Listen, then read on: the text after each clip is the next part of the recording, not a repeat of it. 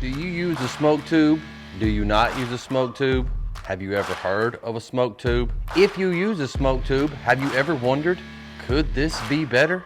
What's up, carnivores? Zach here with American Smoke, and today I'm going to show you how to make your smoke tube better. So what we've got here is just your typical smoke tube. This is the one I use. This is by Amazing brand. It still works like the day I bought it. I did go on Amazon to share a link with somebody the other day, and it looks like a lot of their products are, no longer available. But that's not the topic of this video. Just letting you know, if you decide to buy a smoke tube because of this video, you may have trouble finding the Amazing brand. But don't worry, there's plenty of other brands out there, plenty of smoke tubes. Basically, it's a piece of metal that won't melt, and it lets air to the pellets so they burn, and that's kind of how it works. So don't get too picky. I just like this brand because it's the one I bought.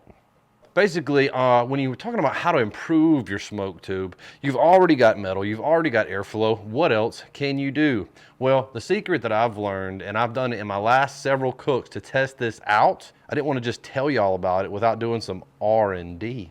To test this out, I did several cooks, and I have definitely picked up on not just more smoke flavor, but improved quality smoke flavor. A lot of times, if you burn nothing but pellets in a pellet tube and it burns a lot of dirty smoke into your chamber, you don't get just more smoke flavor, you get that bitter, overly smoked flavor. And so what we're doing today is we are mixing, it's like a holy unity.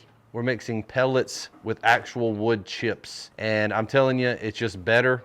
You can do whatever sort of combination that you want. I can tell you this, that it will burn a little bit faster. So if you've got an Amazing tube and it's extendable between 2 and 4 hours like mine, and you're used to getting 3 to 4 hours of smoke out of a smoke tube, it's gonna cut you down to about 2. If you shrink it down to the shorter version, or if you've got a shorter smoke tube and you're used to getting 2 hours of smoke, you're gonna shorten it down to about an hour 15, hour and a half, something like that, based on how many wood chips you use versus wood pellets, because wood chips are less dense than wood pellets, which means they're gonna burn a little bit faster. Fast burning equals clean burning, which is probably why you get a little bit cleaner smoke taste when you add in the wood chips with the wood pellets. So I'll show y'all how I sort of mix these things up and the sort of the ratio that you need to get a clean burn all the way through your tube without it burning out on you. So what I have discovered doing this is that I prefer to use the same type of pellets that I use with chips. So today we've got some Pit Boss apple pellets, and we've got some Cowboy brand apple chips, and we're going to combine those together into a little bowl. You don't have to do this, you can just go straight into the smoke tube, but you're not going to have as consistent of a mix.